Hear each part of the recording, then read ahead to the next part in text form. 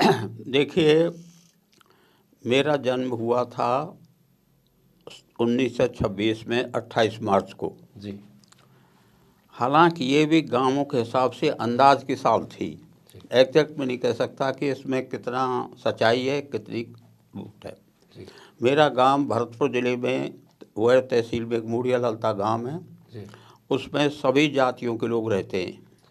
मेरे परिवार में मेरे पिताजी थे जो सामान्य किसान थे और हम 6-7 भाई बहन थे।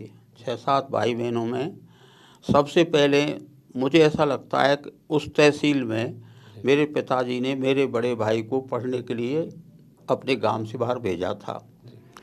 उसके बाद मैं खुद अपने गांव की प्राथमिक शाला में पढ़ता था।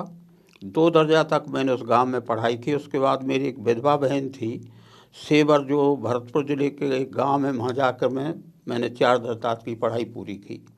उसके बाद मैं हिंदी मिडिल करने के लिए एक उज्जैन जगह है रूपबास तहसील में भरतपुर ज़िले में, वहाँ जाके मिडिल स्कूल की पढ़ाई शुरू की। उस पढ़ाई के टाइम पर चूँकि हम लोग किसान थे, खेती हमारा धंधा था। जब कभी छुट्टी होती थी तो खेत में भी काम करते थे, सिंचाई का भी काम करते थे, कटाई का भी काम करते, जैसे गांव के सामान्य बच्चे करते हैं वैसे काम करने को भी मुझे आता था। एक घटना ऐसी हुई, उन दिनों में कुआं से पानी निकालते थे चर्च के मार्फत।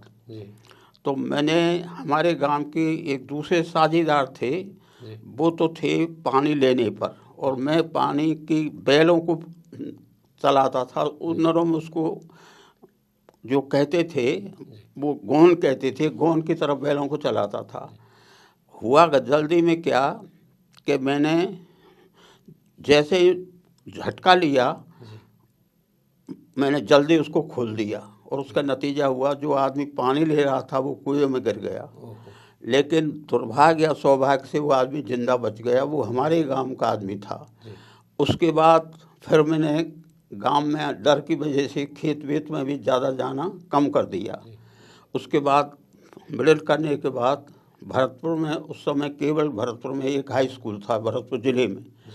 उस समय की स्थिति ये थी कि हमारे भरतपुर रियासत में केवल 13 तो थे मिडिल स्कूल, 54 थे प्राइमरी स्कूल और केवल एक हाई स्कूल था भरतपुर में। उस भरतपुर में हाई स्कूल में एक स्कूल चलता था, उसमें 8वें दर्जे तक की पढ़ाई मैंने वहाँ शुरू की। जब मैं वहाँ पढ़ रहा था उस समय यूपी के जो बरगद के गांव के लोग थे वो भी भरतपुर में पढ़ने आते थे। तो एक यूपी का गांव है बेरी परखम, तो वहाँ बेरी के लोग 2 लड़के मेरे साथ, हमारे साथ पढ़ते थे, एक ही क्लास में पढ़ते थे। वो जब अपने, हम में अलग कमरे में रहते थे किराए पर, वो एक अलग जगह रहते थे।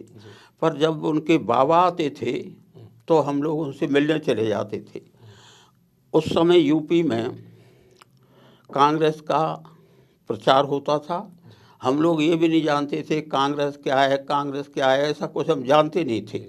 लेकिन वो बाबा जो हमें कहानी सुनाते थे, वो खादी पहनते थे, कहानी सुनाते थे, गांधी जी के बारे में बताते थे। जब हम उनसे मिलने जाते थे वो इसी तरह एक बात करते रहते थे। उसका नतीजा ये हुआ कि हमें धीरे धीरे इस बात का शौक़ लगा, कुछ एक शौक़, केवल शौक़, कोई विचार नहीं, शौक़ लगा कि हमें भी इस मामले में हिस्सा लेना चाहिए। तो उस समय रियासतों में कांग्रेस नहीं थी, प्रजामंडल थे। हमारे भरतपुर ज़िले की जो उस समय की कांग्रेस उसको प्रजा परिषद कहते थे। तो हम लोग प्रजा परिषद की मीटिंगों में जाने लगे। मीटिंग से मतलब जब कोई मीटिंग करते थे तो उनको सुनने के लिए, उसमें कोई भागीदारी के लिए नहीं, सुनने के लिए। धीरे धीरे उसमें रुचि बढ़ती गई, पढ़ाई भी चलती रही, उसमें रुचि भी बढ़ती गई। मतलब ये कह सकते हैं कि आज़ादी आंदोलन के प्रति आपका जो रुझान है वो जो वो आते थे उत्तर प्रदेश से, हाँ, उनसे मुलाकात के बाद, हाँ, उससे बाद ही पैदा हुआ। इसी बीच में खबर आई कि कस्तूरबा जी की मौत हो गई है। तो फिर उस समय के जो वहाँ के कांग्रेस के नेता थे मास्टर आतेन जी, उनने हमें कुछ कूपन दिए कि इसके लिए कुछ चंदा इकट्ठा करो।